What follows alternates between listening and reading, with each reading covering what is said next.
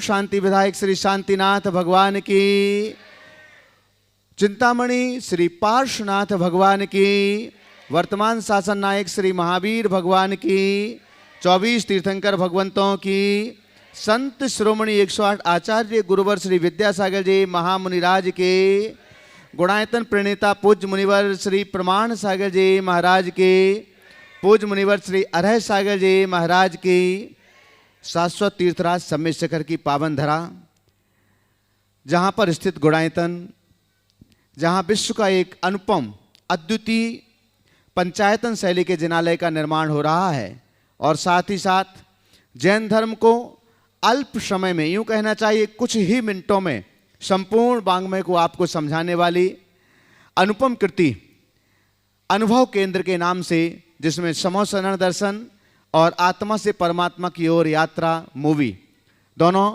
ये सब कुछ ही समय के बाद आप सभी के सामने साक्षात होंगी। आप सब इनका दर्श और स्पर्श पा सकेंगे, अनुभवन कर सकेंगे। आइए बंधुओं, गुणायतन नित्य निरंतर नवीन ऊंचाइयां छू रहा है। पूज्य मुनिवर श्री के मंगल आशीष उनकी छांव तले, उनके निर्देशन में, और उनके जो स्वप्न उन्होंने देखे हैं कि इस जगत के लिए, इस आने वाली युवा पीढ़ी के लिए कुछ अलग ढंग से देना चाहिए, जिससे वो जैन दर्शन को समझ सके। और इस परिकल्पना को साकार करने के लिए पूरे देश और दुनिया के अनेक लोग प्रतिदिन गुणायतन परिवार में सम्मिलित होते हैं, गुणायतन से जुड़ते हैं। आज जो लोग गुणायतन से जुड़े हुए हैं, हम उनके नामों की घोषणा कर रहे हैं और अपेक्षा होगी कि आप सभी करतल ध्वनि से उनके दान की अनुमोदना करेंगे। आज गुणायतन से निर्माण निधि के रूप में जुड़ रहे हैं श्री अरुण कुमार जी, सुधा जी जैन, निर्मल अजय जी जैन, ग्वालियर मध्य प्रदेश से। जोरदार करतल ध्वनि से उनका सम्मान करें। अगर यहाँ पर उपस्थित हों तो अपने स्थान पर खड़े होकर के महाराज श्री का मंगल आशीष ग्रहण कर लें। ये लिधौरा के पास कटेरा है, वहाँ से हैं और ग्वालियर वर्तमान में रहते हैं। गुणायतन से आज निर्माण मित्र के रूप में जुड़ रहे हैं राजिका जैन, सुपुत्री श्री जितेंद्र कुमार जैन, श्रीमती रीना जैन, पीयूष जैन, अपूर्वा जैन, जबलपुर मध्य प्रदेश से। अगर यहाँ पर उपस्थित हों तो हमारा अनुरोध है कि मंच पर पधारें। आप लोग जोरदार करतल ध्वनि से उनके पास तक सम्मान की है आपकी करतल ध्वनि वहाँ तक भिजवाएं, ताकि वे भी इस कार्यक्रम को जो अपने घर बैठे देख रहे हैं अनुभवन कर सकें। गुणायतन से आज सूत्रधार के रूप में जुड़ रहे हैं श्री निखिलेश वंदना जैन, निखार जी, मेघा जी, निष्कर्ष जी जैन, आगरा उत्तर प्रदेश से। पधारिएगा। आपके जोरदार करतल ध्वनि के बीच हम उन्हें मंच पर आमंत्रित करते हैं, पधारें। और आपके सम्मान के लिए हम आमंत्रित कर रहे हैं गुणायतन के परम संरक्षक राकेश रजनी जी जैन, गोधा, इंदौर से हमारे बीच में पधारेंगे। और आज जो गुणायतन से सूत्रधार के रूप में जुड़ रहे हैं श्री निखिलेश जी, वंदना जी जैन, निखार जी, मेघा जी, निष्कर्ष जी जैन, आगरा से, उनका सम्मान करेंगे। और आपकी करतल ध्वनि सम्मान की इस अनुमोदना में अनवरत जारी रहना चाहिए। पधारिएगा।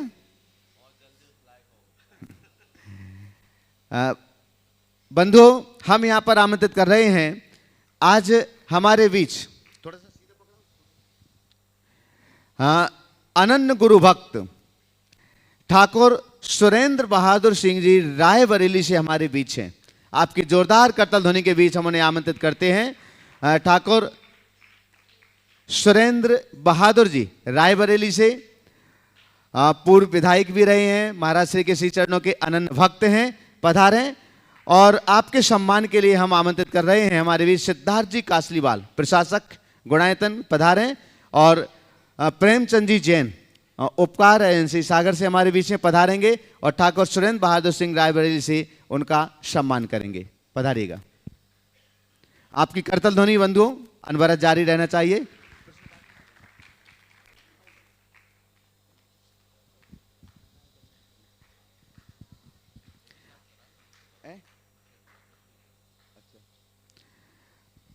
चलिएगा। साथ ही आप अपना प्रश्न भी महाराज श्री के चरणों में रख लेंगे। ठाकुर सुरेंद्र बहादुर सिंह जी रायबरेली से हमारे बीच हैं और उनका सम्मान का क्रम यहाँ पर चल रहा है। साथ में आप यहाँ मंच तक पहुँचे हैं तो आप अपना प्रश्न भी महाराज श्री के श्री चरणों में निवेदन करें।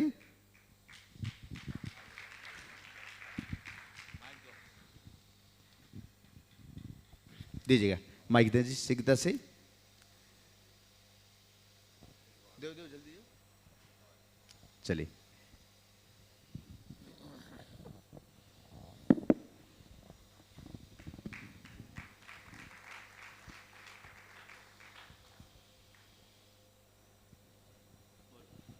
गुरुजी, आपके चरणों में कोटि कोटि नमन है। मेरा प्रश्न है गुरुजी, मैं कार्यों में बहुत ही आर्थिक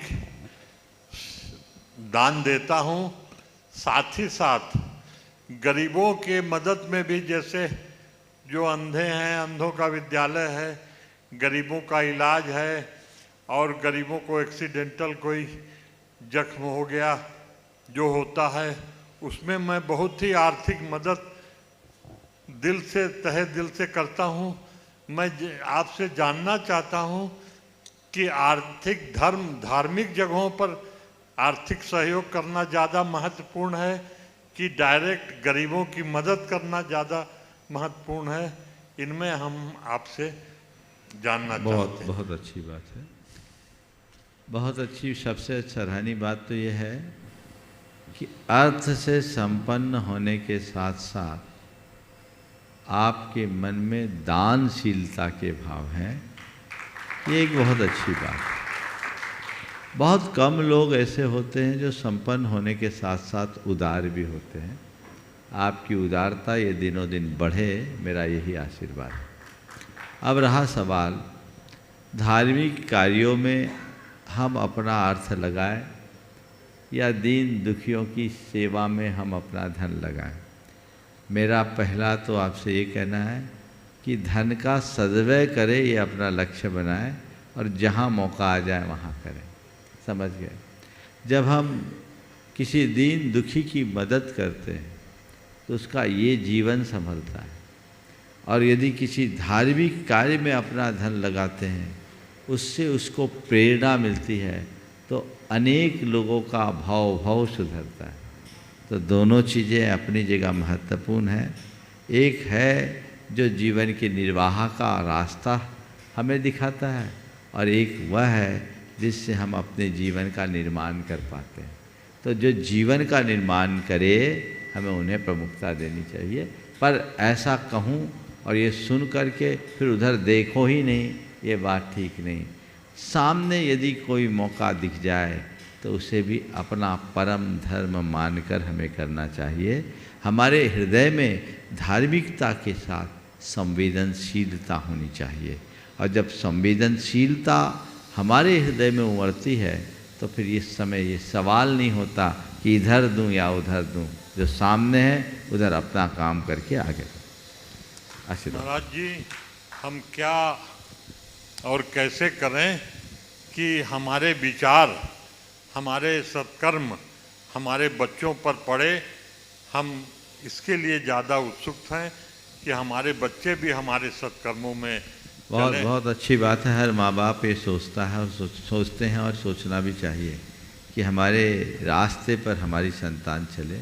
हमारे शास्त्रों में तो एक विधान है कि पिता अगर बड़ा हो जाए और बेटा योग्य हो जाए तो एक उम्र ढलने के बाद पिता अपनी संतान को अपने स्वत्व और स्वामित्व को सौंपते समय धन भी देता और धर्म भी देता है कि बेटा अब मैं तो वानप्रस्थी की ओर जा रहा हूँ, आज से तू इस घर का मालिक है, मैं मेहमान, तुझे इस घर के इस कुल की परंपरा के अनुरूप अपना जीवन चलाना है, और ये सारा धन तेरा, तुझे धन भी देखना है और धर्म भी देखना है। तो ये परंपरा पुराने समय में थी, अब वो धीरे धीरे छिन्न भिन्न होने लगी।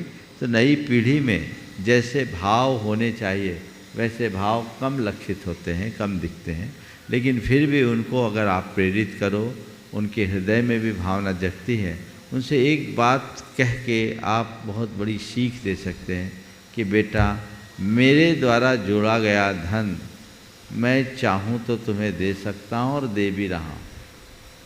मेरे द्वारा जोड़ा गया धन मेरे द्वारा जोड़ा गया धन मैं तुम्हें दे सकता हूँ, दे रहा हूँ, लेकिन मैं अपना पुण्य तुम्हें चाहूँ भी तो नहीं दे सकता, उसे तुम्हें खुद जनरेट करना है। ये जीवन का निचोड़ है। धन कोई दे सकता है, पुण्य तो खुद जोड़ना होगा। और बेटा, जिस दिन पुण्य छीन होगा, धन मुंह ताकते रह जाएगा। इसलिए इस धन में मुग्ध मत बनो, धर्म को धारो, जिससे पुण्य भावों की वृद्धि हो और हमारा जीवन संरक्षित हो। हमारा श्री, आज मैं पहले कुछ ऑनलाइन प्रश्नों को आपके श्री चरणों में रखूंगा, लेकिन संपूर्ण देश और दुनिया में पारस चैनल, जनवाणी चैनल, प्रामाणिक ऐप आदि के माध्यम से शंका समाधान के इस लोकप्रिय कार्यक्रम को घर बैठे हुए देख रहे हैं। वे सभी चाहते हैं कि हमारे प्रश्न आपके श्री चरणों तक पहुँचें और यहाँ पर प्रत्यक्ष लोगों के प्रश्न भी आपके श्री चरणों तक पहुँचें, तो उसके पहले आपका मंगल आशीष उनके पास तक पहुँचे। तो दोनों हाथों को जोड़िए आप सब लोग भी, महाराज श्री के श्री चरणों में त्रिवार नमोस्तु निवेदित करते हैं, मंगल आशीष लेते हैं। हे महाराज श्री, नमोस्तु नमोस्तु नमोस्तु। महाराज श्री, हम ऑनलाइन प्रश्नों को रखें उसके पूर्व आप सबके लिए पुनः एक बार स्मरण दिला दें कि आज से 3 दिन बाद भावना योग शिविर 13, 14 और 15 अगस्त को यहाँ पर आयोजित होने के लिए जा रहा है और 12 अगस्त तक देश के लगभग हर कोने से शिविरार्थी यहाँ पर पहुँच जाएंगे भावना योग में। इस भावना योग का लाभ लेने के लिए जो यहाँ पर 13, 14 और 15 अगस्त को आयोजित किया जा रहा है। साथ ही साथ बंधुओं, श्रावक संस्कार शिविर आप सभी लोगों के लिए मालूम है, जिसका रजिस्ट्रेशन मात्र 20 अगस्त तक ही किया जा सकता है और हो सकता है कि उसका जिस निर्धारित संख्या है उस लक्ष्य को अगर पहले पा लिया गया तो उसके पहले भी रजिस्ट्रेशन बंद हो सकता है। तो हमारा अनुरोध एक बार पुनः है, क्योंकि अब लगभग 30% से कम संख्या ही जो रह गई है उस शिविर में भरने के लिए, तो आप जल्दी से जल्दी अपना रजिस्ट्रेशन करिएगा। मात्र 51 रुपये की राशि है, जिसमें आपके लिए प्रातःकाल से रात्रि तक, सायंकाल तक शिविर की संपूर्ण व्यवस्थाओं में आवास है, भोजन है, वस्त्र हैं, द्रव्य है, शिविर की किट है, ये सारी की सारी सामग्री यहाँ से प्रदान की जाएगी। आप प्रामाणिक ऐप अथवा मुनिप्रमाणसागर.net पर जाकर के इसका रजिस्ट्रेशन कर सकते हैं। साथ ही बंधुओं, आने वाले कार्तिक मास की आष्टानिक महापर्व पर मूल संस्कृत भाषा का सिद्ध चक्र विधान यहाँ पर संपन्न होगा 1 नवंबर से 8 नवंबर तक, जिसके संपूर्ण मंत्रोच्चार महाराज श्री के मुखारविंद से ही किए जाते हैं और उसमें भी अनेक उदारमना सुधी श्रावकों ने अपने मंडल सुनिश्चित कर लिए हैं कि हम भी सिद्ध भूमि पर सिद्ध चक्र विधान करना चाहते हैं। अगर आप भी चाहते हैं तो आप एक मंडल अपनी ओर से सुनिश्चित कर सकते हैं मात्र 3,11,000 रुपये की राशि में, और इसके लिए आप गुणायतन कार्यालय में संपर्क करें, जिसमें आपके परिवार के 8 सदस्य उस मंडल के पर बैठ करके भगवान की आराधना कर सकते हैं। एक और महत्वपूर्ण सौभाग्य आपकी झोली में 1 दिन बाद ही आने वाला है। हम सभी जानते हैं रक्षाबंधन का पावन पर्व आने वाला है 11 अगस्त को, और 11 अगस्त को रक्षाबंधन का पावन पर्व तो है ही, मुनि रक्षा दिवस हम मनाते हैं। साथ ही साथ में उस दिन श्रेयांसनाथ भगवान का निर्वाण कल्याणक भी है, मोक्ष कल्याणक भी है, और उस सबसे बढ़कर के ये सौभाग्य इस बार इस प्रकार से संयोग के रूप में आपको मिला है कि चतुर्दशी भी है, शाश्वत तिथि, और साथ में पूर्णमासी भी है। रक्षाबंधन को पूर्णमासी मनाई जाती है और गुणायतन में प्रत्येक पूर्णिमा को महाराज श्री के मुखारविंद से विशिष्ट शांति धारा संपन्न होती है। 1008 बीजाक्षर और सहस्र नाम संयुक्त शांति धारा, और उस दिन पूर्णिमा होने की वजह से गुणायतन में वह विशिष्ट शांति धारा महाराज श्री के मुखारविंद से प्रातः 7 बजे से प्रारंभ होगी, जो लगभग 1 घंटे तक महाराज श्री के मुखारविंद से मंत्रोच्चार चलते हैं। आपके परिवार के नामोच्चार भी साथ में चलते हैं। तो जो भी लोग उस विशिष्ट शांति धारा में अपना सौभाग्य अर्जित करना चाहते हैं, जो प्रत्यक्ष यहाँ पर उपस्थित रह करके करेंगे, वे तो सौभाग्यशाली हैं ही हैं, लेकिन अगर आप ऑनलाइन भी शांति धारा संपन्न करवाना चाहते हैं तो आपकी टीवी स्क्रीन पर जो नंबर्स चल रहे हैं आप संपर्क कर सकते हैं गुणायतन कार्यालय में, और अपना नाम, अपने परिवार का नाम वहां पर दे सकते हैं, ताकि आपके परिवार के नाम के साथ भी पूर्णमासी को, गुणायतन में प्रत्येक पूर्णमासी को संपन्न होने वाली विशेष शांति धारा जो सहस्र नाम और 1008 बीजाक्षर संयुक्त शांति धारा होती है, उसमें आपके परिवार के लिए है सौभाग्य प्राप्त हो सके। आइएगा, हम इन सभी सौभाग्यों को अपनी झोली में अर्जित कर सकें, और प्रतिदिन हम पारस चैनल पर महाराज श्री के प्रातःकालीन मंगलवाणी तो सुनते ही हैं लाइव 8:10 से। हम महाराज श्री के श्री चरणों। एक बात मैं कहूँगा, ये बहुत अच्छा संयोग है कि परसों पूर्णिमा भी है, और पूर्णिमा के दिन में यहाँ शांति धारा होती है। शांति धारा तो रोज होती है, लेकिन पूर्णमासी को महाशांति धारा, भगवान के सहस्र नामों के साथ बीजाक्षर युक्त मंत्रों की आराधना पूर्ण आराधना होती है। और पूर्णमासी के दिन की गई पूर्ण आराधना हमारे जीवन की सब प्रकार की नकारात्मकता को दूर करने में निमित्त बनती है, बन सकती है। हमारे जीवन की अलाई बलाई उससे नष्ट हो सकती है। तो ये अवसर आप सबको प्राप्त हो रहा है। महीने में एक ही मौका आता है, ये मौका परसों आपके द्वार पर है। जिसे लाभ लेना है जरूर ले। उत्तम तो यही हो कि प्रत्यक्ष आकर के आप इसका लाभ ले, और रक्षाबंधन तो गुरुओं के सानिध्य में मनाए, यही श्रेष्ठ अवसर है। वे लोग भाग्यशाली होंगे जो यहाँ आकर के इसका प्रत्यक्ष लाभ लेंगे, और जो प्रत्यक्ष नहीं ले पाए वो परोक्ष लाभ ले। लेकिन ऐसे मौके को हमेशा हमें ध्यान में रखना चाहिए। चलिए, महाराज श्री सबसे पहले ऑनलाइन प्रश्नों के माध्यम से आपके श्री चरणों में निवेदन कर रहे हैं। कॉमर्शियल कॉलोनी बांसवाड़ा राजस्थान से लक्ष्मीलाल एवं पुष्पा देवी जी कोठारी आपके श्री चरणों में नमोस्तु निवेदन करते हुए पूछ रही हैं, महाराज श्री आज विश्व में तनाव का बाजार इतना गर्म हो चुका है कि जहाँ भी देखें, जिसे भी देखें, तनाव तनाव और तनाव ही नज़र आता है। आर्थिकता के रूप में, परिवार की सुरक्षा के रूप में, या अन्य किसी भी रूप में।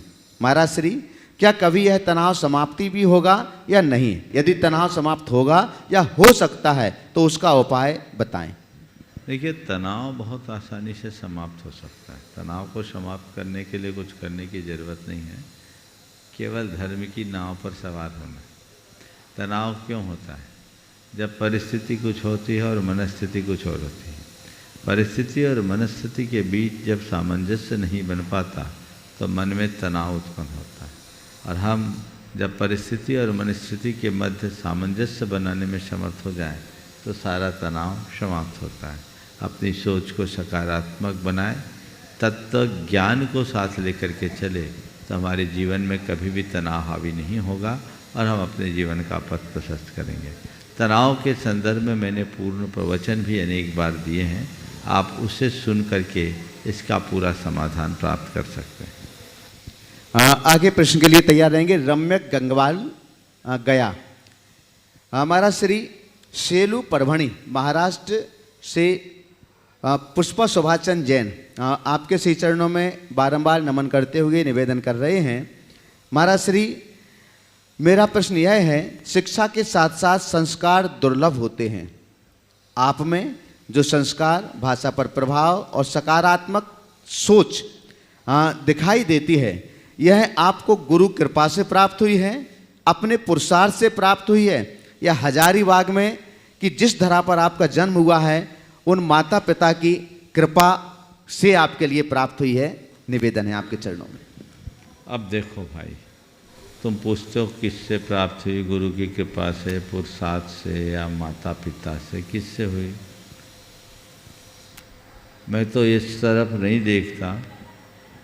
अगर मेरे जीवन में ये घट गई और आप लोगों को महसूस होता है कि मेरे अंदर सकारात्मकता आई है और है, तो मैं इसे अपनी एक उपलब्धि के रूप में देखता हूँ।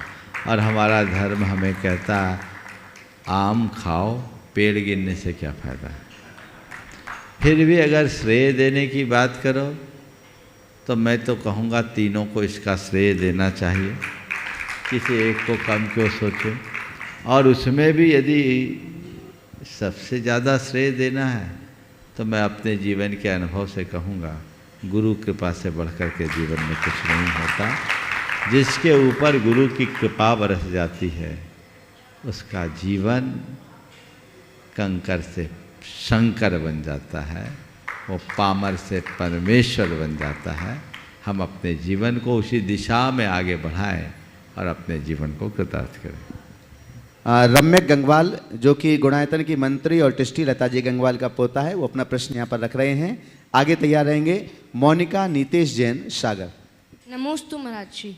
महाराज श्री, हमारे पूर्वजों ने कुछ अच्छा ही सोचा होगा, इसीलिए रीति रिवाजों को पीढ़ी दर पीढ़ी सींचा होगा। आज कुछ बातें अध्यात्मिकों सी लगती है, गहराइयों से विचार करें तो कुछ बातें स्पष्ट सी लगती है। जैसे पहले परंपरा थी कि घर में खाना और बाहर पकाना, पर अब गंगा उल्टी बहती है। बाहर की खाना ही रुचित लगता है और घर का बाथरूम ही जचता है। तो महाराज श्री आज इस आधुनिकता की होड़ में हम अपने नैतिक मूल्यों को कैसे संजो के रखें? नमोस्तु गुरुदेव। एक बार जोरदार तालियां इसकी प्रस्तुति के लिए। देखिए, सवाल तो कई बार पूछा गया है, लेकिन इसकी प्रस्तुति बहुत ज़ोरदार है और जिस ढंग से इसने सवाल रखा है वो बहुत ही प्रशंसा के योग्य है। तुमने एक जो सवाल किया है कि आधुनिकता की दौड़ में हम अपनी नैतिकता को कैसे सुरक्षित बनाएं, मेरा मानना है आधुनिक होना बुरा नहीं है। आधुनिकता हो कोई बुरी बात नहीं। आधुनिकता तो दिनों दिन बढ़ रही है और आधुनिकता में हमें बहुत सारी सुविधाएं भी मिली है जिसने हमारे जीवन को सहज और सरल किया है। ये आधुनिक साधन ही है जिसके माध्यम से लोग घर बैठे अपना धर्म ध्यान कर रहे हैं। जो कुछ आधुनिक है वो गलत है, ये सोच अच्छी नहीं है। लेकिन हाँ, आधुनिकता तब हमारे सर्वनाश का कारण बन जाती है जब हम अपनी मौलिकता को खो देते हैं। हम मौलिकता को ना खोएं, अपनी सांस्कृतिक निष्ठा को बरकरार रखें। क्रिया कोई भी करे उसके प्रयोजन को हम समझें। आज जो अच्छा उसे अपनाएं और पुरातन जो अच्छा है उसे न छोड़े, उसे पकड़े रहें। दोनों साथ लेकर के चलेंगे तो कोई दोष नहीं है। लेकिन आधुनिकता की इस अंधी दौड़ में लोगों के साथ अक्सर ये होता है कि लोग उन्हें अपना रहे हैं जिनका कोई औचित्य नहीं, और जो हमारे जीवन का मूल तत्व था उसे केवल पुरातन मान करके छोड़ रहे हैं। ये छोड़ना ठीक नहीं है। ठीक तरीके से समझकर जो चलेंगे वे ही आगे बढ़ सकेंगे। नमोस्तु महाराज। पधारे मोनिका नीतेश जैन सागर, आपके बाद में तैयार रहेंगे विश्वा संजय कुमार पाटनी औरंगाबाद महाराष्ट्र। महाराज जी के चरणों में मेरे परिवार की ओर से बारंबार नमोस्तु। महाराज जी, आपने एक बार बताया था कि जिनके घर से मंदिर दूर है वह यह भावना भाएं कि या तो घर के पास मंदिर हो या मंदिर के पास घर आ जाए, परंतु बहुत प्रयासों के बाद भी यह संभव नहीं हो पा रहा है। तो ऐसा क्यों? और जब तक मंदिर नहीं है मैं ऐसा क्या करूं गृहिणी के रूप में कि मेरे परिवार में धर्म का वातावरण बना रहे? आपको एक दूसरा वाक्य सुना देता हूँ, थोड़ा सा अटपटा भी लगेगा और हो सकता है आपको तकलीफ भी हो, और मैं चाहता हूँ थोड़ी सी तकलीफ हो। एक मंदिर में मैंने एक वाक्य लिखा पढ़ा था, घर से यदि मंदिर दूर लगे तो समझना नरक पास है। क्या बोल रहा हूँ? घर से यदि मंदिर दूर लगे तो समझना नरक पास है। मैंने आपको या जिसके भी उत्तर में दिया हो कि ये भावना भाव कि या तो मेरा घर मंदिर के पास हो जाए या मंदिर मेरे घर के पास हो जाए, भावना भाते रहो, और जब तक न हो दूर बैठे मंदिर को भी अपने हृदय के पास कर लो और एक बार जाने का प्रयास जरूर करो। जी महाराज जी, हफ्ते में तो एक बार जाते हैं। हाँ, कहाँ रहती हैं आप? महाराज जी इलाहाबाद के पास है, इलाहाबाद के पास है हंडिया, वहाँ हंडिया जॉब में है। रहती है। कितनी जॉब। दूर है आपके यहाँ से मंदिर? महाराज जी अभी तो 25-26 किलोमीटर है। तो ठीक है, कोशिश करो जितना जल्दी जा सके जाएं, और भावना छुट्टी वाले भाव दिन जाते जरूर ऐसा होगा। आशीर्वाद। जी महाराज जी, और क्या करूं कि परिवार में घर पर रहकर भी धार्मिक वातावरण बना सकूं? बस जब तक आप ऐसा नहीं कर सकते तो वर्चुअल जितना बने उतना करें। जी नमस्ते। विश्वा संजय कुमार जी पाटनी औरंगाबाद महाराष्ट्र। आगे तैयार रहेंगे अरुण कुमार, सुधा जैन, निर्मला जय जैन कट्टेरा ग्वालियर। नमोस्तु महाराज जी, नमोस्तु महाराज जी, नमोस्तु महाराज जी। मेरे पूरे परिवार की ओर से आपको तरह की बार नमोस्तु महाराज जी। महाराज जी, मेरा प्रश्न ये है, जब भी मेरे साथ कुछ बुरा होता है तो मुझे ये कहा जाता है कि ज़रूर तूने पिछले जन्म में कुछ बुरा किया होगा, और जब भी मैं कुछ अच्छा करती हूँ तो मुझे ये कहा जाता है कि अगले जन्म में तुझे इसका फल मिलेगा। ऐसा क्यों? इस जन्म का फल इस जन्म में नहीं मिलता? बहुत अच्छा सवाल। इस जन्म का फल इसी जन्म में मिलता है, समझ गए? लेकिन एक बात का उत्तर दो, भोजन करते हैं तुरंत खून बनता है क्या? नहीं। टाइम लगता है। इसी तरह हम कोई अच्छा या बुरा कर्म करते हैं, तुरंत पकता है क्या? टाइम लगता है। 15 रोज पहले जो हमने खाया है वो आज हमारे शरीर को ताकत दे रहा है कि नहीं? दे रहा है। आज जो खाएंगे हफ्ता भर बाद हमारे शरीर को ताकत देगा कि नहीं? बोलो, देगा। थोड़ा जोर से बोलो। देगा। तो हमने 15 रोज पहले जो खाया वो आज ताकत दे रहा है। हम एक जन्म पहले जो किए उसका फल आज भोग रहे हैं, कोई दिक्कत है? नहीं। आज जो हम करेंगे उसको अगले जन्म तक भी भोगेंगे, इसमें कोई दिक्कत है? नहीं। अब तुम्हारी बात पे आता है। सुनो, हमें कुछ तत्काल का भी फल मिलता है और कुछ अतीत का भी मिलता है। उसी उदाहरण पे आता हूँ। भोजन करते हैं, खून भले तुरंत न बने पर एनर्जी तुरंत मिलती है। मिलती है। मिलती है। हम अच्छा और बुरा कर्म करें, उसका पूर्ण फल भले बाद में मिले पर उससे कुछ लाभ, कुछ असर तुरंत होता है। जैसे अच्छा कर्म करते हैं, मन में संतुष्टि आती है कि नहीं? आती है। कितनी देर बाद? तुरंत आती है। ये किसका फल है? बोलो। अच्छे कब? अच्छे करने का तुरंत मिला ना? हाँ। और कोई गंदा काम करते हैं, मन में खटका आता है कि नहीं? आता है। कितनी देर बाद? तुरंत आता है। फिर तुरंत अच्छे बुरे का फल तुरंत मिला कि नहीं मिला? समझ में आ गया? चलो। नमस्ते महाराज जी। नमस्ते। अरुण कुमार, सुधा जी जैन, निर्मल जय जैन, कटेरा ग्वालियर से आगे तैयार रहेंगे। सुधा जैन ग्वालियर साथ में, हाँ आ जाइएगा। अरुण जैन, रुचि जैन, आगरा। हमारे अपने परिवार की तरफ से बारंबार आपको नमोस्तु नमोस्तु नमोस्तु महाराज जी। महाराज जी, हम 4-5 साल से बराबर भावना योग कर रहे हैं, उससे काफ़ी लाभ मिला है। लेकिन हम ऐसा क्या करें कि हमारे पति भी करते हैं, लेकिन ऐसा कौन सा भावना योग करें कि ये स्वस्थ हो जाएं? बस ये बीमार रहते हैं थोड़े से। देखिए, बीमार रहते हैं अच्छी बात है, पर मैं जो शिखर जी आ गया उसको बीमार नहीं मानता। वंदना कर ली? कल कर ली महाराज जी वंदना। अरे जो शिखर जी आके पहाड़ की वंदना कर लिया वो बीमार कैसा? बीमार तो वो है जो अस्पताल में पड़ा है, बीमार तो वह है जो बिस्तर में पड़ा है, बीमार तो वह है जिसको कैथेटर लगे है, बीमार तो वह है जिसको ऑक्सीजन लगा है। तुम कहाँ बीमार? अरे वंदना तो की ना, बिस्तर पर तो नहीं पड़े, खड़े हो हमसे बात कर रहे हो, कहाँ बीमार? सुनो ध्यान से, तन में चाहे कितनी भी बीमारी हो, मन को बीमार कभी मत बनाओ। महाराज जी, हम यही बोलते हैं। और हर पल ये दिमाग से निकाल दो कि मैं बीमार हूँ। हर पल एक भावना भाव, एक धुन जनाओ, मैं धुन जगाओ, मैं स्वस्थ हूँ, मैं मस्त हूँ, मैं स्वस्थ महाराज जी, हूँ। हम उनसे बार-बार यही स्वस्थ हो हम।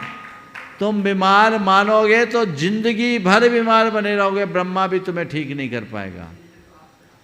तो आशीर्वाद तुम्हें यही दे रहा हूँ कि अब से मानो कि मैं स्वस्थ हूँ, मैं शिखर जी की वंदना कर लिया, संसार का स्वस्थतम मनुष्य मैं हूँ। महाराज जी, 13 वंदना हो गई मेरी। फिर इससे अच्छी बात और एक क्या है? परिक्रमा। इसलिए अच्छे से भावना योग करो और मैं स्वस्थ हूँ, मैं मस्त हूँ, अपने आप को एकदम स्वस्थ महसूस करते हुए करो और भगवान को धन्यवाद दो कि प्रभु इतना ही बने रहे तो भी मैं ठीक हूँ, अपना काम तो कर लूँगा। चलिए।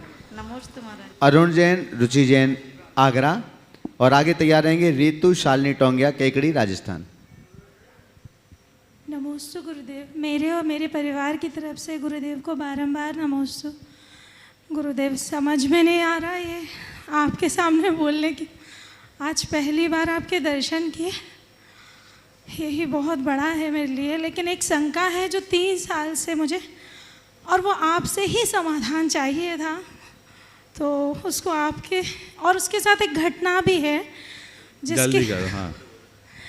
गुरुदेव, नारी के लिए सबसे बड़ा सुख पुत्र प्राप्ति या पुत्री प्राप्ति बहुत बड़ी चीज़ होती है। और किसी कारणवश मेरे पुत्री जन्म हुआ और वो ख़त्म हो गई, और उसके बाद मैं बहुत परेशान हो गई। और जब भगवान के सामने 2-3 साल बाद बहुत कष्ट से एक भावना भाई, तो मुझे भक्तामर पे बहुत विश्वास है और वही मुझे मिला। और मन था कि 21 दिन इसको अखंड करूंगी घर में शुद्धि के साथ, लेकिन औरत हूँ तो 11 दिन ही थे मेरे पास। और उसका मन बना के मैंने 11 दिन शुद्धि से उस अखंड पाठ को करके नियम लिया और 241 दिन पे उसे कंप्लीट किया गुरुदेव। 8 महीने पूरे होने पे रखा, तो उसके लिए मेरी बहुत बड़ी श्रद्धा हुई और आप मुझे मूल बात बोलिए, हुआ क्या? पुत्र प्राप्ति हुई। बहुत बढ़िया। उसके बाद गुरुदेव फिर 4 साल बाद मेरी बेटी होने के बाद मुझे मन किया कि मैं इसको आजीवन करूँगी, जब तक मुझ पे सांस है मैं शुद्धि के साथ इसको करूँगी। तो मैं घर में ही जैसे मैंने किया वैसे ही करूँगी। लेकिन आज कई लोग मुझसे कहते हैं कि मंदिर में जाने से, करने से बहुत बड़ा फल होता है, वो करना चाहिए। अब मैं उसका नियम ले भगवान चुकी का हूँ। नाम आप कहीं भी ले सकते हैं, बहुत अच्छी बात है। भक्तामर की कृपा से आपको ये लाभ मिला है। आप ऐसा संयोग बनाए रखिए और अपने जीवन को उसी तरह आगे बढ़ाए रखिए। ओ तो गुरुदेव उसे मैं घर में ही करती रहूँ आजीवन? कर सकते हैं। इसके बाद में तैयार रहेंगे कैलाश जी सेठी अजमेर। परम पूज्य मेरे गुरुवर के पावन चरणों में मेरा और कासलीवाल परिवार का कोटि कोटि प्रणाम। नमोस्तु गुरुवर, नमोस्तु गुरुवर, नमोस्तु गुरुवर। गुरुवर, मेरे मन में एक बात है। हम लोग जैन हैं और हमारी एक पहचान है। वैसे तो बहुत सी क्रियाएं हैं, लेकिन रात्रि भोजन त्याग और पानी छान कर पीना ये हमारी पहचान है। इससे हमको गर्व भी होता है और समाज में और अन्य लोगों में एक हमारी पहचान भी बनती है। लेकिन वर्तमान में स्थिति ऐसी है कि हम लोग ये बोल देते हैं कि हमारा तो सब चलता है, इसको धर्म मानने से भी इनकार करते हैं। ऐसा क्यों है गुरुवर? हमारी क्या कमी है, क्या उद्यम में कमी है? बहुत ही अच्छी बात आपने उठाई है। हमारी जो अपनी सांस्कृतिक पहचान थी उसे कायम रखना हम सबकी जिम्मेदारी। आधुनिकता की अंधी दौड़ में लोगों ने आजकल ये कहना शुरू कर दिया हमारा तो सब चलता है, और चलता है कहकर धर्म को ही लोग चलता कर रहे हैं। किसी वजह से कोई क्रिया न कर पाना व्यक्ति की व्यक्तिगत मजबूरी हो सकती है, लेकिन किसी क्रिया को विरुद्ध आचरण करके गौरवान्वित होना कतई उचित नहीं। लोगों को लज्जा होनी चाहिए। और जो लोग कहते ये सब धर्म नहीं है, उन्हें धर्म के मर्म को ही नहीं समझा। जब दया हमारे धर्म का मूल है और दया भाव अहिंसा भाव के पालन के लिए हमें अपने आचारों में इन सब बातों का ध्यान रखना कहा गया, तो उसका तो पालन करना ही चाहिए। मेरे संपर्क में ऐसे अनेक लोग हैं जो जन्मना जैन नहीं हैं, पर वे विशुद्धाचारी हैं, रात में पानी तक नहीं पीते। ऐसे लोग भी हैं, तो लोगों को समझना चाहिए। और ये केवल धर्म की दृष्टि से नहीं, अब तो स्वास्थ्य और विज्ञान की दृष्टि से भी ये चीज़ें समझ सकते हैं। जब से ये इंटरमीडिएट मील वगैरह की बातें प्रकाश में आई है, वो लोग तो सब ये कहने लगे हैं कि व्यक्ति को रात में खाना नहीं चाहिए। दिन में खाने वाले लोग ज़्यादा हेल्दी रहते हैं, और 2 भोजन के बीच व्यक्ति के लिए 8 घंटे का अंतराल होना चाहिए। ये मिनिमम अंतराल की बात की है। क्योंकि हमें अपने शरीर को स्वस्थ रखना है, जीव हिंसा से बचना है, बीमारियों से बचना है, तो हमें इन आचारों का पालन तो करना चाहिए। ये हमारी पहचान है और इनसे ही हम पापों से अपने आप को बचा सकेंगे। इसलिए लोगों को जागरूकता, लोगों के बीच जागरूकता होनी चाहिए। लोगों को इसे तार्किक तरीके से समझाना चाहिए, और जब हम ऐसा समझाने में सफल होंगे तो सुनिश्चित तौर पर ये चीज़ें बदलेंगी। नमोस्तु नमोस्तु नमोस्तु। कैलाश जी सेठी अजमेर राजस्थान से। बंधु, एक बार आप इनके सम्मान में जोरदार करतल ध्वनि करें। ये 16 कारण के बहुत लंबे समय से लगातार 32 उपवास भी करते हैं। 4 बार ये 32 उपवास कर चुके हैं, और इस वर्ष भी सम्मेद शिखर तीर्थराज में यहाँ पर पधारे हुए हैं। 16 कारण के साथ साथ में 10 लक्षण तक ये यहाँ पर महाराज श्री के चरणों में रहते हैं, और उनके चरणों में रह करके लगातार साधना करते रहते हैं। तो आप अपना प्रश्न रख रहे हैं, और इसके बाद में तैयार रहेंगे अशोक जैन डुंगासरा। नमोस्तु भगवान, नमोस्तु भगवान, नमोस्तु भगवान। आज मैं मध्य लोक में गया था। वहाँ एक माताजी की संलेखना चल रही थी, और एक महाराज भी अभी 15 दिन पहले ही आकर के महाराज बने थे। तो क्या ये पुरुषार्थ का फल है या जो आलस्य का फल है? कि आलस्य लेकर के भी हॉस्पिटल चले जाएंगे लेकिन यहाँ नहीं आएंगे। तो उन्होंने पुरुषार्थ किया, बम्बई से आए और मैंने देखा वो भी उस बीमार थे बहुत ज़्यादा, महाराज भी। उनको महाराज भी 3-4 दिन पहले ही बनाया मेरे ध्यान से, और माता जी की संलेखना चल रही थी। तो इसमें पुरुषार्थ का महत्व है या ये आलस्य का महत्व है? देखिए, यह उन सबका जरूर पुण्य का योग है कि वे अपने जीवन के अंतिम दौर में संलेखना के माध्यम से अपने शरीर को त्याग रहे। लेकिन बीमार पड़ के संलेखना लेना और स्वस्थ अवस्था में साधक बनकर आगे बढ़ना, इन दोनों में बड़ा अंतर है। आप प्रारंभ से अपनी तैयारी ऐसे रखें कि बीमार पड़े ही नहीं, और कदाचित बीमारी भी हो जाए तो हम अपनी तैयारी पूरी रखें, ये प्रयास करना चाहिए। ऐसे केसेस में एक्सेप्शनल होता है कि लोग आ जाए और उनका उद्धार हो जाए। बहुतों की ऐसी स्थिति बन जाती है बीमारी के क्रम में कि उनका शरीर और मन दोनों इस लायक नहीं रह पाता कि साधना करे। और मुनि बनने के लिए जिस दिन मुनि बने उस दिन वो चर्या करने के लायक होना चाहिए। अगर चलने फिरने लायक स्थिति है तो गुरुदेव कहते तभी उसे मुनि दीक्षा देनी चाहिए, अन्यथा उसे 10 प्रतिमा तक के व्रत देकर उस रूप में चला सकते हैं ताकि उसकी निर्बाध संलेखना हो सके। तो कुल मिलाकर के अंत समय में इस तरह का सुयोग मिलना अति उत्तम है, और मुनियों के सानिध्य में ये करना भी बहुत अच्छी बात है। डॉक्टरों के बीच तो केवल आहें भरना पड़ेगा, वहाँ मरीज तड़पता है, और यहाँ व्यक्ति नमोकार जपते जपते अपना शरीर छोड़ता। नमस्ते। अशोक जैन डूंगासरा, आपके बाद में तैयार रहेंगे सोहम पाटनी पचोड़ औरंगाबाद। नमोस्तु महाराज जी, मेरा क्वेश्चन यह है कि संसार भावना में कम से कम 100 प्रकार की संसार भावना में समझाया गया है कि चहुगति दुख जीव भरे हैं, परिवर्तन पंच करे हैं, सब विधि संसार असारा, या में सुख ना ही लगारा। जब मानसिकता में ये बात निश्चय हो चुकी है कि संसार में सुख नहीं है, तो फिर ऐसा क्यों लगता है कि हम ही दुखी हैं और संसार सुखी है?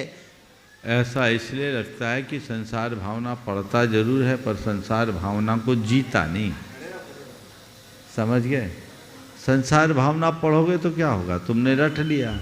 जब उसको जियो, जीवन की इस वास्तविकता को स्वीकार करो, तब कहीं जाकर आप अपने जीवन का पथ प्रशस्त करो।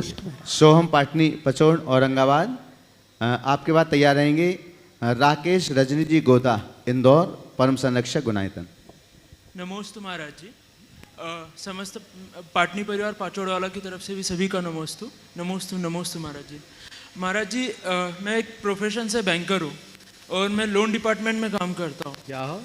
प्रोफेशन से बैंकर हूँ, बैंक में जॉब करता हूँ और लोन डिपार्टमेंट में काम करता हूँ।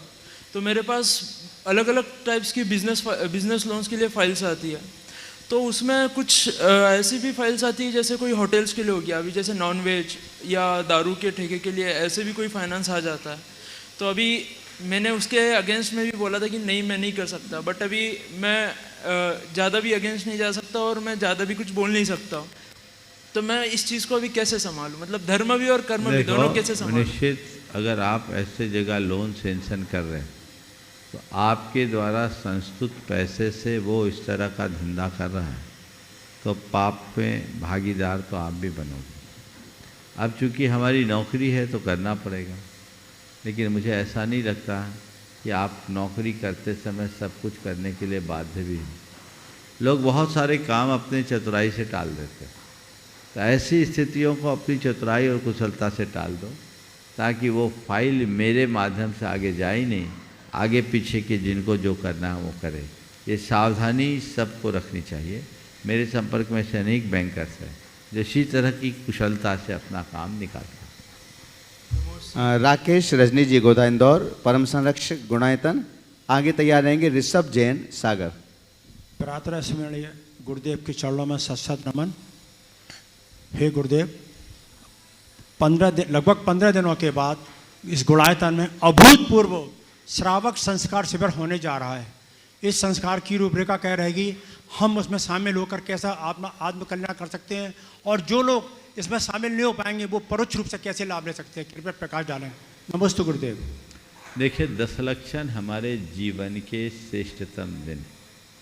सब लोग 10 लक्षण के 10 दिनों की प्रतीक्षा पूरे वर्ष करते हैं, और मेरा अनुभव ऐसा है कि लोगों के हृदय में इन 10 दिनों में जैसी विशुद्धि होती है संभवतः पूरे वर्ष भर नहीं होती। इन 10 दिनों के लिए लोगों की एक अलग प्रकार की मानसिक तैयारी होती है, भावधारा बनी रहती है।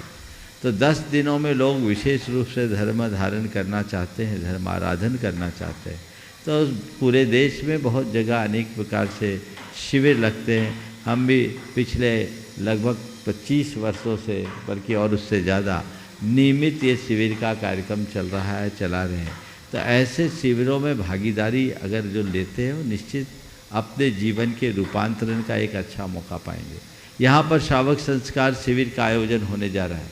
ये श्रावक संस्कार शिविर 10 लक्षण में एक ऐसा शिविर है जो आपको आपके जीवन के रूपांतरण का विज्ञान सिखाएगा।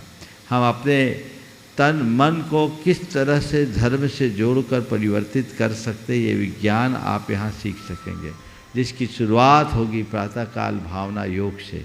और भावना योग के बाद जो हमारी धार्मिक क्रियाएं होती है, अभिषेक, पूजा, शांति धारा वगैरह तो है ही, और उसमें प्रवचन का विशेष लाभ आप सबको मिलेगा ही, तत्वार्थ सूत्र प्रतिक्रमण का भी लाभ मिलेगा, और सायंकाल शंका समाधान जो निमित्त मिलता है सो मिलता है।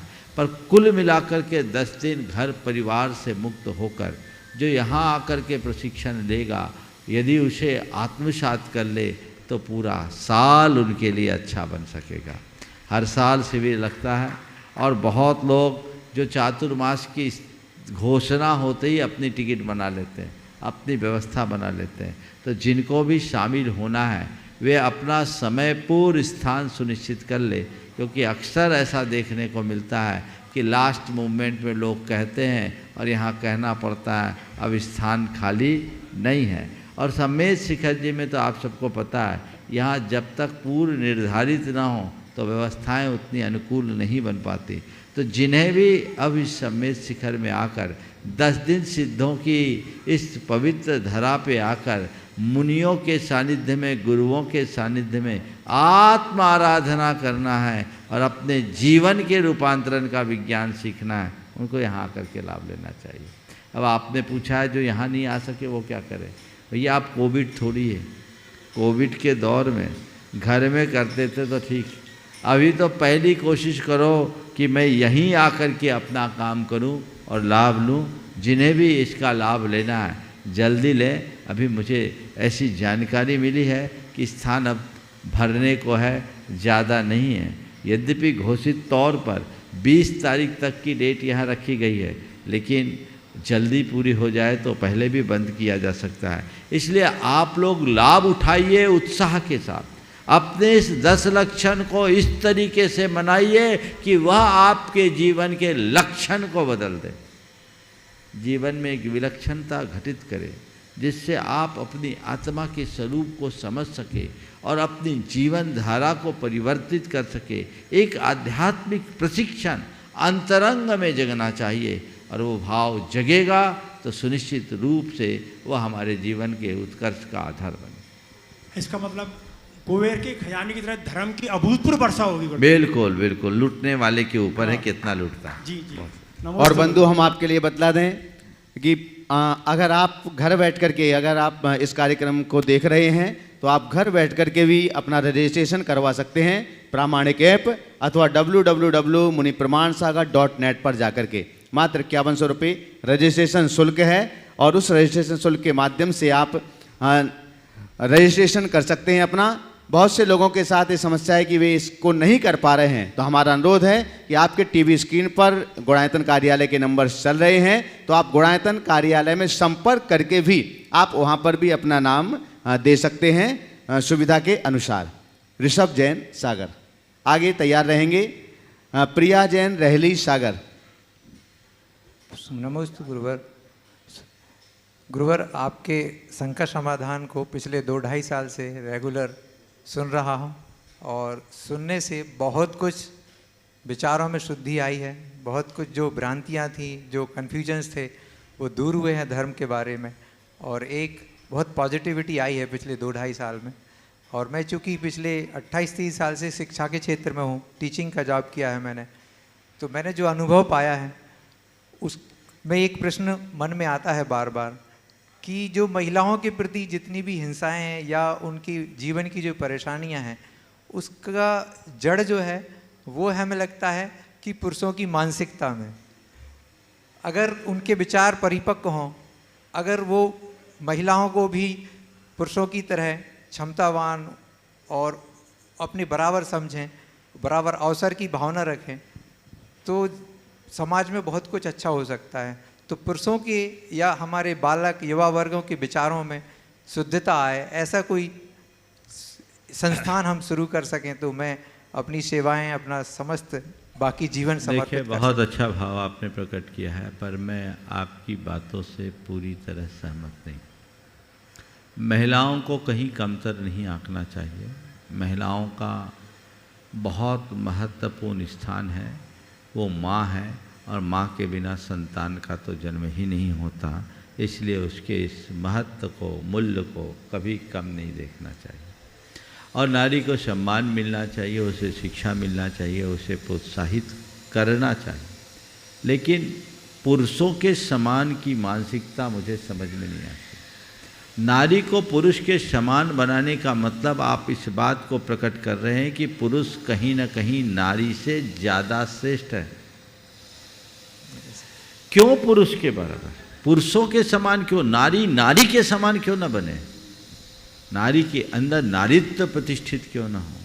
वो नार्योचित कर्तव्य के पालन के साथ अपने गौरव को महिमामंडित क्यों न करे?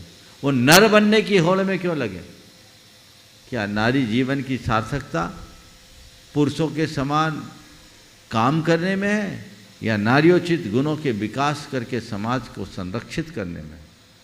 अगर नारी नार्योचित कर्तव्यों से विमुख होगी और उनके नार्योचित गुण खंडित हो जाएंगे, तो नारी नारी नहीं रह पाएगी। और जिस दिन ये समाज नारी विहीन हो जाएगा, उस दिन ये समाज की दशा क्या होगी, कल्पना कर सकते हो?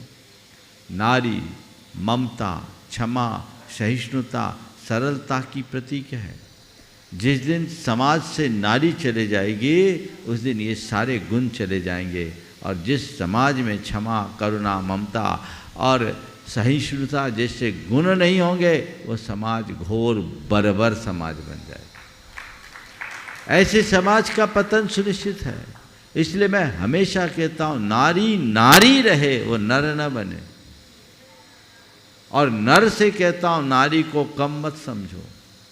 नर से नारी भारी, एक नहीं 2-2 मात्रा जारी। नर में 2 मात्रा, नारी में 4 मात्रा। नारी नर से भारी, एक नहीं 2-2 मात्रा जारी।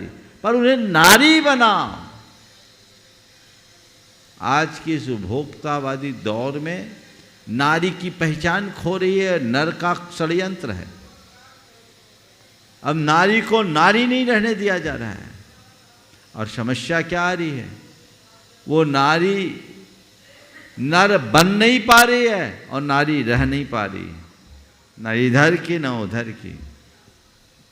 प्रकृति ने तुम्हें जिस रूप में जन्म दिया है और जो गुण तुम्हारे भीतर स्वाभाविक है, उन स्वभावोचित गुणों का विकास करके अपने जीवन को महिमामंडित करो।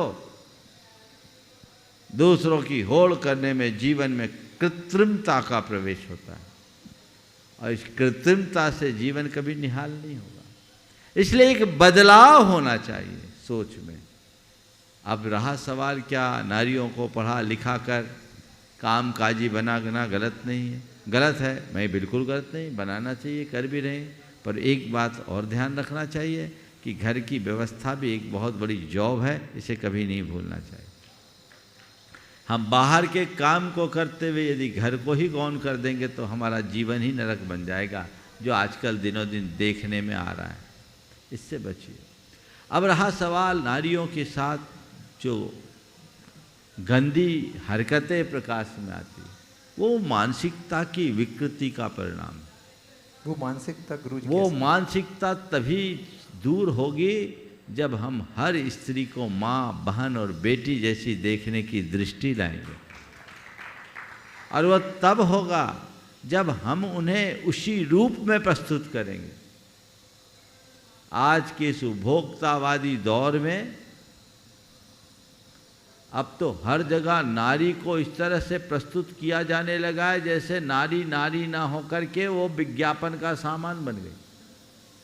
मुझे एक व्यक्ति ने कहा, महाराज मुझे देख के बड़ा आश्चर्य हुआ कि पनामा ब्लेड का विज्ञापन एक महिला कर रही थी, ऐसे चिकने गाल हो जाए। ये कौन सी मानसिकता है? ये कंज्यूमरिज्म का सबसे विकृत रूप है। अगर ऐसी स्थिति बनेगी और इस तरह का वातावरण बनेगा तो फिर समाज में गड़बड़ियां होगी। आध्यात्मिकता होनी चाहिए। नारी में माँ का रूप, नारी में बहन का रूप, नारी में बेटी का रूप दिखना चाहिए। नारी देवी स्वरूपा दिखनी चाहिए, वो भोग्या के रूप में नहीं देखना चाहिए। और जिसकी आंखों में ऐसी पवित्रता आएगी वो किसी भी स्त्री के साथ गलत हरकत करना तो दूर की बात है, उधर देख भी नहीं सकेगा। वो पवित्रता चाहिए और ये आध्यात्मिक क्रांति से ही संभव है और कोई दूसरा रास्ता नहीं है। इसलिए इन सब चीज़ों को देखिए और आगे बढ़िए। आप बोलते हैं ऐसी भी बातें प्रकाश में आती है कि आज के तथाकथित पढ़े लिखे लोग साथ साथ काम करने वाले अपने सहकर्मियों को भी अपनी हवस का शिकार बना लेते हैं।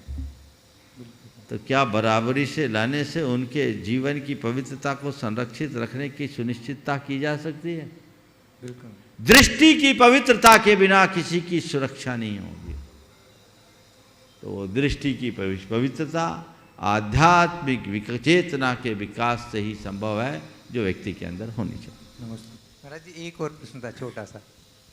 एक जो विद्यालयों में प्रेयर कराई जाती है, उस प्रेयर में कौन कौन सी बातें होना चाहिए आपके माध्यम से, ताकि सारे स्कूल में ये बात जाने? मैं तो कहूँ जगत के कल्याण की भावना होनी चाहिए और अगर आप मंगल भावना कर दो तो सारी प्रेयर हो जाए।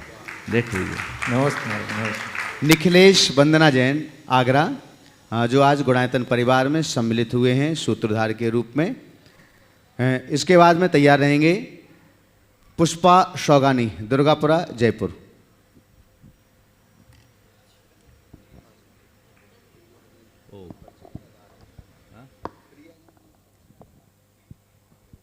गुरुदेव के चरणों में त्रिवार नमोस्तु नमोस्तु नमोस्तु। पहले तो कहूँगी गुरुदेव आपको आगरा में देखा और मैं टीवी पर तो बहुत साल से देखती आई हूँ।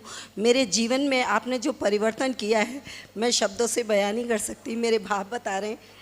और आप जो बोलते हैं लगता है कि शायद ये मेरे लिए बोला है, तो मैं उस चीज़ को फॉलो करने की कोशिश करती हूँ। एक छोटा सा प्रश्न गुरुदेव आपके सामने रख रही हूँ।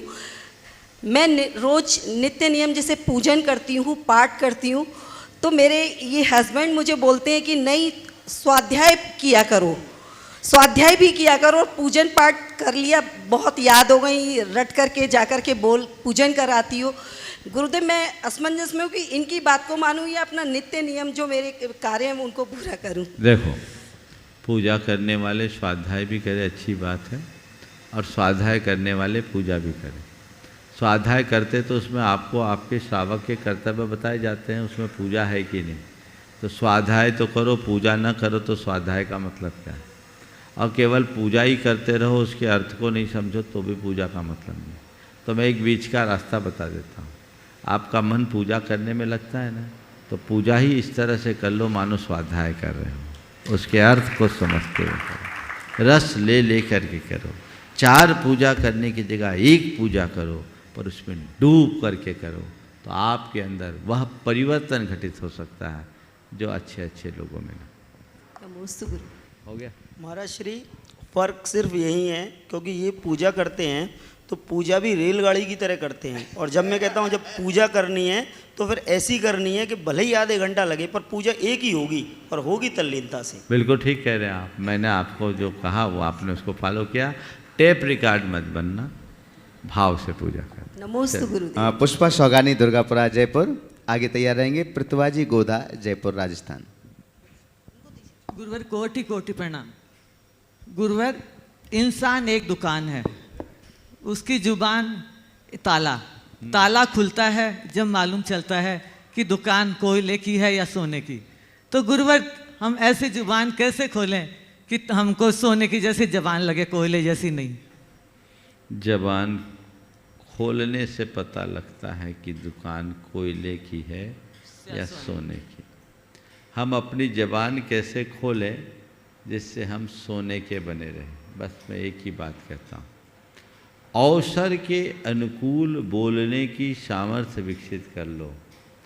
आपकी जबान से जो भी निकलेगा वो सोना होगा, समझ लो। अवसर के अनुकूल संभाषण एक बहुत बड़ी कला है।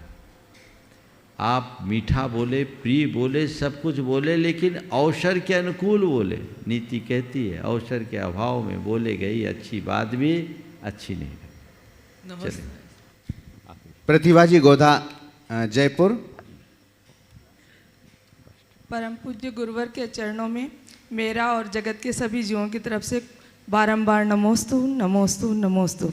गुरुदेव, हम अपने जीवन में ऐसे कौन से नेक कार्य करें कि कार्बन पेपर की तरह हम दूसरों पे अपनी छाप छोड़ सकें? कार्बन पेपर की तरह दूसरों पे अपनी छाप छोड़ सके, ऐसा कौन सा नेक काम करे? तो अपने कार्बन पेपर में छाप कब चलती? जब उसके अंदर कार्बन रहता है। कार्बन मिट जाए तो छाप नहीं। अपने जीवन में अपने चरित्र की सुगंध इतनी व्यापक कर लो कि जो मिले उस पर तुम्हारी छाप पड़े, जीवन अच्छा बनेगा। इस प्रकार आज के इस सत्र को परम पूज्य गुरुदेव के चरणों में नमन अर्पित करते हुए मैं यहीं पर विराम दे रहा हूँ। बोलिए परम पूज्य आचार्य गुरुवर श्री विद्यासागर जी महाराज की जय जय जय। पूज्य मुनिवर श्री प्रमाण सागर जी महाराज की।